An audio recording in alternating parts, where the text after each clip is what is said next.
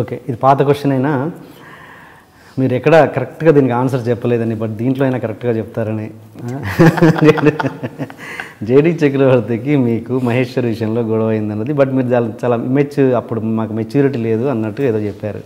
But నిజంగా చెప్పండి దీంట్లో. అదే రీజన్, మెచ్యూరిటీ లేకపోవటం, ఓవర్ ఎంతజియాస్టిక్ అయిపోవటం. లైక్ నేను ఇందాక చెప్పినట్టు ఆ ఓవర్ సెన్సిటైజ్ అయిపోయి దాంట్లో first film for both of us. Okay, మొత్తం దానికి ఎవ్రీథింగ్ మందే అని అనుకోవటం, అలాంటి ఒక ప్యూపర్ స్టేట్. ఓకే, కరెక్ట్గా చెప్పాలంటే అది అంతమించి ఇక్కడ నథింగ్, వేర్ ఆల్ ఫ్రెండ్స్. ఇప్పటికీ చాలా హార్ట్ఫుల్గా మాట్లాడుకుంటూ ఉంటాం కాబట్టి ఆ టైంలో ఒక రిపల్షన్. ఓకే, ఆ ప్రేమ కథ వల్లనేనా మీ లేట్ మ్యారేజ్ చేసుకుంది? దాని దీని కారణం కదా. ఓకే, అండ్ ఓకే, ఇప్పుడు మీకు రమ్యకృష్ణ గారికి ఎక్కడ లవ్ స్టోరీ స్టార్ట్ అయింది?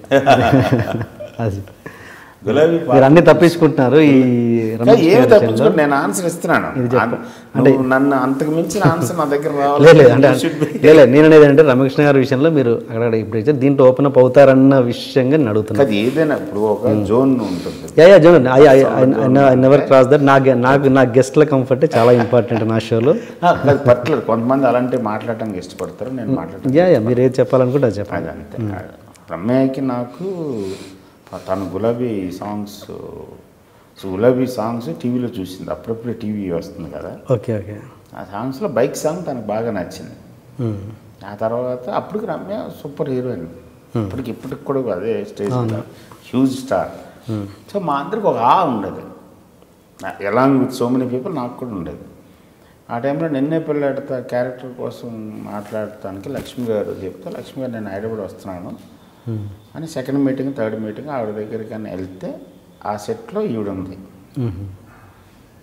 సో నేను లక్ష్మి గారితో మాట్లాడి నాకు కొంచెం కాన్షియస్ అవుతూ ఉంటాను, జనం ఉన్నారంటే. చూసుకుని వచ్చేస్తా ఉంటే రమ్య బ్రహ్మానందం గారు ఉంటే, బ్రహ్మానందం గారు మేము మనీ ఇట్లన్నిట్లో బాగేది డాడీ అని అంటూ ఉంటాం. ఆయనతో బాగా అలరగా ఉంటుంది. ఆయనతో కూడా పలకరించాను. సో రమ్య సైడ్ నాకు ఒకసారి పరిచయం చేయి వంశీని అని పరిచయం చేస్తే, అప్పుడు రమ్య సైడ్ సాంగ్ చాలా బాగుంది, చాలా ఫ్రెష్గా ఉంది, తెలుగులో ఇలాంటి ఒక పాట వస్తుందని అలా ఎప్పుడు ఎక్స్పెక్ట్ చేయలేదు, చాలా బాగా తీశారు. అప్పటికే ఒక ఏంజిల్, మనం కూడా అనుకున్నాం. ఆవిడ వచ్చి అంత మాడంటారు నాకు అసలు. సినిమా చూసారా అని అడిగాను. లేదు టీవీలో పాటలు. ఆ సినిమా ఇమ్మీడియట్గా అరేంజ్ చేస్తాను, చూస్తారా? అదే రోజు ఈవినింగ్ అరేంజ్ చేసి ఆ నైట్ చూసి అక్కడి నుంచి స్టార్ట్ అయింది. తర్వాత అప్పుడు ఇంకా ఈ ఫోన్లో అవన్నీ రాలా. సో ఫస్ట్ పేజర్స్ తోటి స్టార్ట్ అయింది. దాని తర్వాత తను షూటింగ్ దగ్గరికి నేను వెళ్ళటం, కలవటం.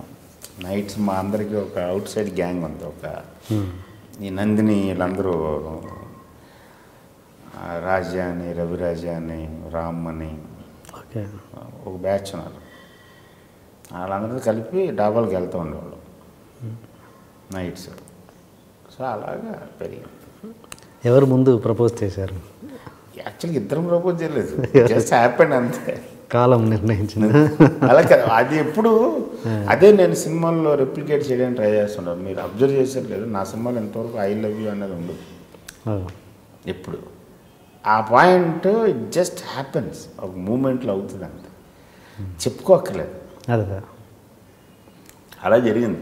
ఒక 15 days 1 month తర్వాత రియలైజ్ దట్ కొంచెం ఏదో ఉందని. ఓకే, అంటే మీరు అంటే చంద్రలేఖకి అంటే మీ లవ్ స్టోరీ స్టార్ట్ అయింది చంద్రలేఖ దగ్గర కాదు? చంద్రలేఖ టైంకే డీప్లీ ఇంటూ నిన్న పిల్లడితో అయిపోయిన తర్వాత గులాబీ స్టార్ట్ అయింది. నిన్న పిల్లడితో కొంచెం ఇది స్టార్ట్ అయింది. సింధూరం టైంకి లవ్ స్టోరీ, లవ్ అనేది అర్థమైంది. Love or what ever you call it, I feel it's like emotional connect. Okay, అది అయ్యింది. ఓకే, అవి కంటిన్యూ అయ్యి సింధూరం తర్వాత చంద్రలేఖ టైంకి వచ్చే టైంకి ఈవెన్ నాగార్జున మోస్తాను. ఓకే, అంటే మీకు రమ్యకృష్ణ గారిలో అంత కనెక్ట్ అయిన విషయం ఏంటి? అంటే మీరు అసిస్టెంట్ డైరెక్టర్గా ఎంతమంది హీరోయిన్స్ని చూశారు, ఎంతమంది ఇది చేశారు, ఎక్కువగా కనెక్ట్ అయిన విషయం ఏంటి? అనే personal level she's more human. Okay, doll కాదు, ప్రొజెక్షన్ కాదు, ప్రిటెండెడ్ ఇమేజ్ కాదు, ప్రిటెన్షన్స్లో whatever she does it openly. తను డబుల్ ఇమేజ్ ఉండదు, లోపల ఒకటి బయటకు ఒకటి ప్రొజెక్షన్ ఉండదు. Okay. And very compassion and very transparent. ఏమన్నా మా ఫేస్లో తెలిసిపోతుంది. Okay. She hates us or she loves us, she likes us or she is indifferent, she doesn't like. And ఏ విషయంలోనూ డొంక తిరుగుడు ఉండదు. ఇవాళ ఇన్ని సంవత్సరాలు అయిన తర్వాత ఏదైనా సరే ఎనీథింగ్ స్ట్రైట్. ఓకే. ఒకటి ఎగ్జాంపుల్ చెప్పండి, తన తన తన మీ ట్రావెల్లో ఎగ్జాంపుల్ చెప్పండి తన క్యారెక్టర్ విషయంలో. క్యారెక్టర్ విషయంలో అదే చాలా సార్ నేను ఫస్ట్ కనెక్ట్ అయింది అక్కడ. ఒక రోజు కారులో బయటికి వెళ్తున్నాం ఇద్దరం.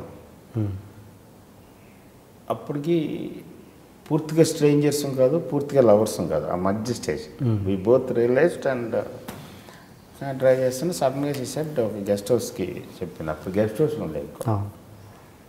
అక్కడికి ఎందుకన్నా లేదు ఊరికి నేను వెళ్ళొచ్చేద్దాం 2 minutes. ఎవరన్నారు? మీ తనన్నారు? సరేనే వెళ్ళాను. సరే రా అంత. సరే నేను ఏంటిది అంత లోపలికి very low class guest house అన్నమాట. రూమ్లు అన్నీ కూడా దారుణంగా ఉంటాయి. అక్కడ ఒక రెడ్డి గారు నాకు కూడా తెలిసాను, ఒక నాగరా మ్యాన్. ఓకే. అక్కడికి వెళ్ళి డోర్ కొట్టి అతను మంచం మీద పడుకుని ఉన్నాడు. బుక్కులు ఏంటమ్మా ఏంటి ఎందుకు రాలేదు వాళ్ళ షూటింగ్ అంటే ఒంట్లో బాగాలేదు. అదే నాకు తెలిసింది, చూసుకుంటున్నావా సరిగ్గానే అని చెప్పి ఆ తలగడి కింద డబ్బులు పెట్టింది. నాకు అర్థం కాదు అసలు. తర్వాత సరే నువ్వు జాగ్రత్త చూసుకొని చెప్పి వచ్చి ఏంటంటే లేదు 2 రోజుల నుంచి ఆయన కనపట్టలేదు. ఒక నాగరా పర్సన్ని హీరోలకి తెలియదు, మాకు కూడా తెలియదు మన నాగరా ఎవడు.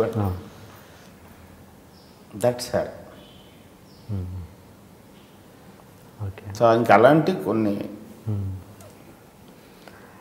అంటే మనకు తెలియని షేడ్స్ ప్రతి మనిషిలో ఉంటాయి. ఉంటుంది. ఇది ఒక్కటేనే కదా, this nature of hair is there in every aspect of our lifes. Okay. Okay. అది కూడా ఇప్పటికీ కోపం వచ్చిందంటే బ్లాస్ట్ పడిపోతుంది, లవ్ వచ్చిందని అలాగే ఉంటుంది, అజ్జరకంగా ఉండదు. ఓకే. ఓకే.